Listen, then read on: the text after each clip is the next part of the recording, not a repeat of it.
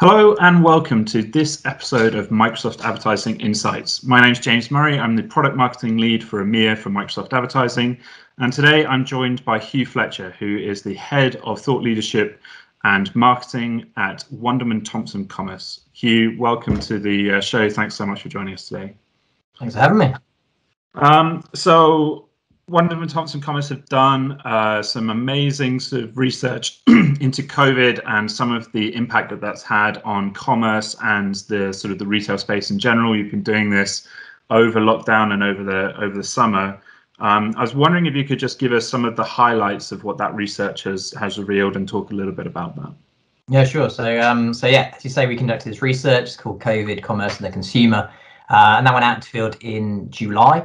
It actually followed up on some research which we did right at the beginning of lockdown as well, which is our future shopper research. And I guess the reason why we do this research is probably a good place to start is that we often find that businesses are quite internal facing or kind of quite product centric.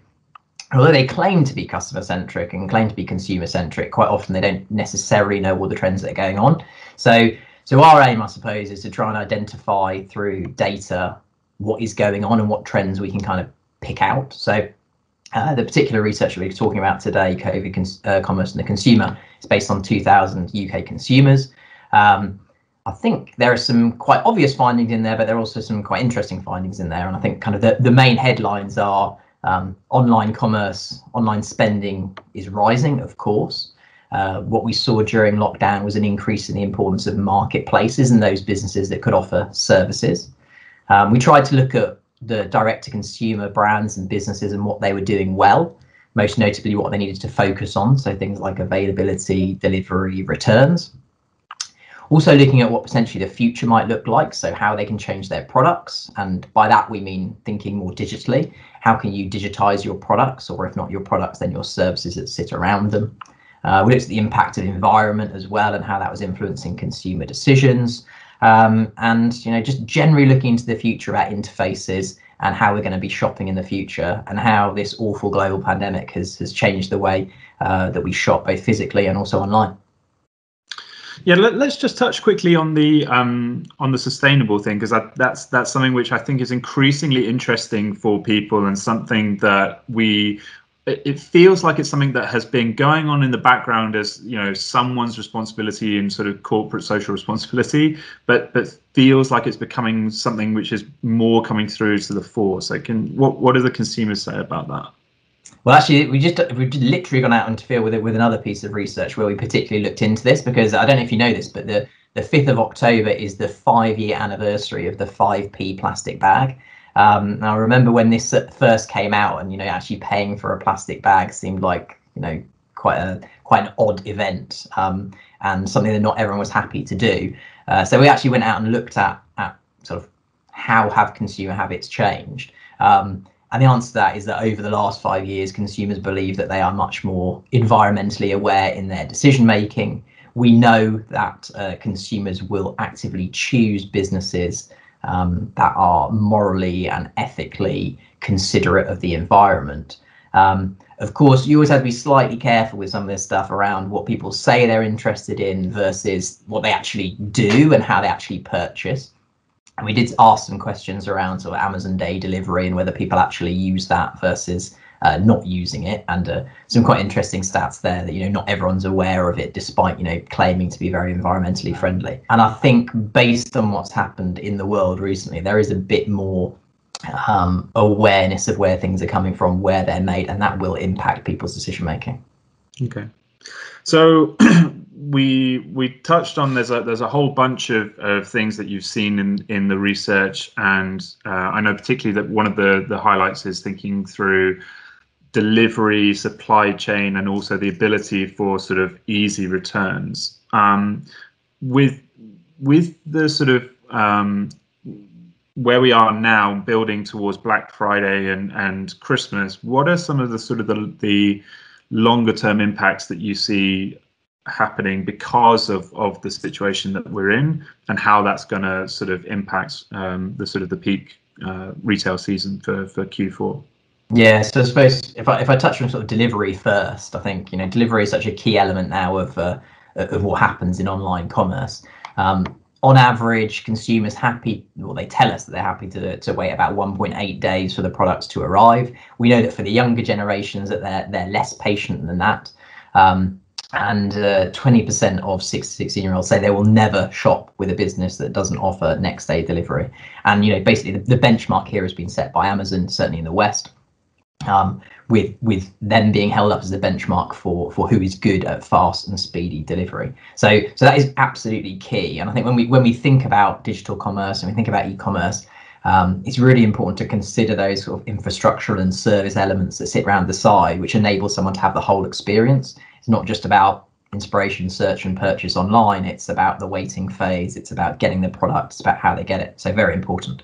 I think in terms of what's coming, we did some research right at the beginning of this year, which said spending during Black Friday would be up. It was going to be a bumper Black Friday. And obviously the world has changed quite considerably since then. Overall, we predict there'll be a contraction of around about 22% over Black Friday period. But what we are seeing is that period will become elongated and much bigger. So we are calling that a kind of a 3-month mega peak. And that's being kicked off with Prime Day. So Prime Day obviously delayed from July, now happening October the 13th. That will then be followed up by lots of different retailers and businesses heading into the market early for Black Friday. So we saw a trend of this last year where people started their Black Friday deals earlier, but we certainly know that lots of businesses are going to start offering up discounts right at the beginning of November, and then that'll bleed into the Christmas discounting period as well. So the sort of Q4 3-month period is going to be a mega peak of discounting. Yeah. So those of us who whinge about the fact that Christmas seems to get earlier and earlier each year, it really is happening this year.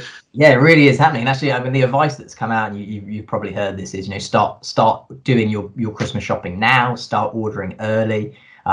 We know that the infrastructure is normally under pressure during Christmas, but increasingly with more and more consumers going online, that pressure is going to be even greater. I mean, our stats indicate that around about 70% of all shopping is going to be done online during the peak period. So, you know, if you know what you want, then certainly keep your eyes out during, if you're a Prime customer, during Prime Day, keep your eyes out during Black Friday. Make sure you get in there early, first of all, for the discounts and the deals, but second of all, to make sure you can get those products in time. And so what then for the advertisers, if we're expecting this sort of mega peak, what are some of the recommendations that you can give to, based on what we've seen and what consumer expectations are, what do you think the advertisers can do to kind of respond to those changing consumer behaviors? Well, I think, well, one of the really interesting things we found out of our research was issues around information, particularly around things like availability. So one of the big frustrations, certainly during lockdown, was trying to find products that were in stock, and really a lack of clear signposting amongst many retailers and brands of products that were out of stock. And I don't know what you're like, but you know, it's extremely frustrating when you go online, you search for something, you make your decision, you think you found it, and only then to read in a very small font that it's out of stock and won't be back in for a couple of months. So I think really clearly businesses and brands and retailers need to show consumers what is in and out of stock, and that message came back loud and clear. Yeah. The other big things that people said they really wanted was fast delivery, which we've already touched on. But when we asked them what they'd change about the experience that they had both during lockdown and generally with online commerce, is making returns easy.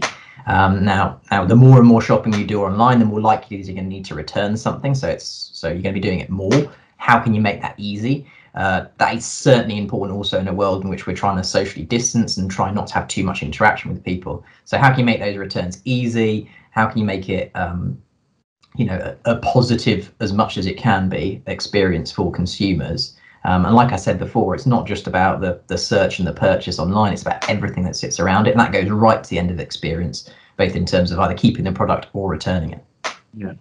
And I know before we sort of came onto the recording, we were talking about shared experiences of buying scooters for our kids. And one of the interesting things here is I know part of the research shows that it's talking about an increased demand for sort of digitized products. And many retailers might say, well, that's all very well if you're in the music business, but if I'm selling scooters, how do I digitize that? And I think your point is it's not just about the product, it's about the whole, everything that goes around that. Yeah, well, I just to be clear on that discussion, something you were talking about buying scooters for your kids, I was talking about the scooter for myself, which embarrassingly I have. Yeah, and I suppose what I was saying was I always do heavy braking on my scooter, and so it's constantly wearing out. And I had that experience which I needed to replace it, but replacing it was very difficult. Finding someone who could replace it was difficult. Getting it done was difficult. And we were talking about kind of digitizing products, and the challenge that you gave to me was, well, how can that really be digitized? Because you can't digitize a scooter, you can't digitize someone repairing it for you, which absolutely you can't. But I suppose it's the experience that sits around the side of it. So how easy is it to find someone who can do it? How clear is it how long it's going to take, and how much is it going to cost? How easy is it for me to know that next time, if it happens when I've been heavy braking on my scooter again, that it will be easy to replace? And I think we tend to think, when it comes to commerce and e-commerce, that we tend to think in kind of physical products. So I order a product, it's at a warehouse, it gets picked, packed, sent out to me, I get it in a box, I open it, and kind of that's the e-commerce experience. But increasingly we see that it's about digital products. We talked about Black Friday, but last Black Friday I really noticed there were so many more discounts on subscription services, be that for phones or for television or whatever it might be. So we asked the question about sort of how much of the things bought online are actually physical versus digital, and digital came out at about 28%. So we're talking about a large percentage of things coming out digital. So whenever we're talking to clients, we always say, what out of your products can be digitized, and what out of your services can be digitized. And we quite often get the challenge back, as you can rightly say, I have a product here which is never going to be digital, it is always going to be physical. And that's a fair challenge, but what we would always say is think about the services that sit around the side. I don't know, if you sell sofas, how can you use digital to aid the choice process? How can you potentially use digital to visualize whether the product looks good in your house? How can you use it to work out if it can fit through your doorway? We always use the example of kind of pizza. I think it's a great example. You're never going to have a digital pizza. It's always going to be a physical product which you eat.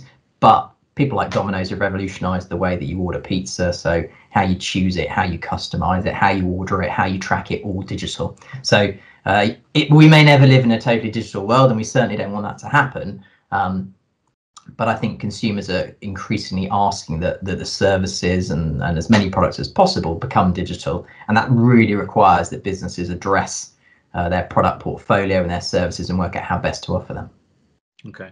So if I try and draw together what we've been talking about, so there's a couple of things. The first is that what we've seen because of COVID is that more people are shopping online. People are still a little bit uncomfortable going into stores, and so we're expecting there to be a much bigger emphasis, certainly across sort of Black Friday and for the sort of holiday period, on online. And as there's increased demand, that means that advertisers and brands are going to have to be really slick about making sure that experience fits the consumer need, because they want it to be quick and convenient, and they expect things to just be seamless. So thinking through things like, is your supply chain set up so that delivery can happen efficiently? Do you have a solid returns policy? Are you signposting that on your website and calling it out in your ads? And then also thinking a bit about not just the returns policy, but particularly those stock items. So, thinking about things like local inventory ads or local other ways to sort of signpost in your advertising what the stock levels are, and keeping those up to date is going to remove the sort of the fuss. And then we also talked at the end there a bit about thinking outside of just the products, like how can you think about digitally transforming your business in general to think through the service side. So what are the things that you do have control over that you can make quicker, faster? If you can't digitize your product, how can you digitize your service? Yeah. Is there any sort of like final thoughts that you want to share for people who might be watching this in anticipation of this retail season? Well, I just think it's always about being prepared. And actually, some of the stuff you talked about there is based on the assumption that your customer experience and user experience is pretty good anyway. it's based on the fact that your website or your digital destinations are robust and can handle the volume coming to them. About everything else around the side, what we do know is that consumers are still coming across sites that crash, that can't handle that peak in demand. So you have to get your basics right, I think. And then around the side, you need to think about how you pivot the business, which has been super hard for businesses over the last 6 months. I mean, we talked significantly about omni-channel retailing in the last year, but that has shifted into a much more digital space. As you rightly say, people are frightened about going into store, although that is slightly starting to change now. So our original data tells us about 48% of people scared of going into stores. That's reduced now to about 24%. But you're still talking about people being afraid to go into stores. So businesses have had to have a much more digital mindset.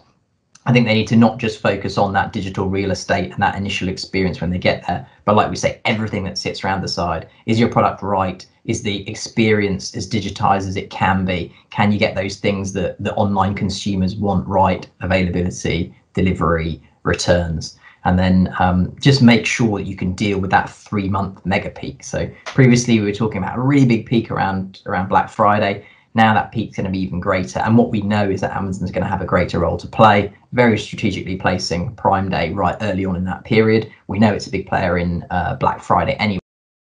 How can brands and businesses and other retailers make sure that when they get their consumers to their sites, they actually make them transact? Amazing. Hugh, thank you so much for your time today. And for those of you watching, we hope you found it useful. We'll see you next time.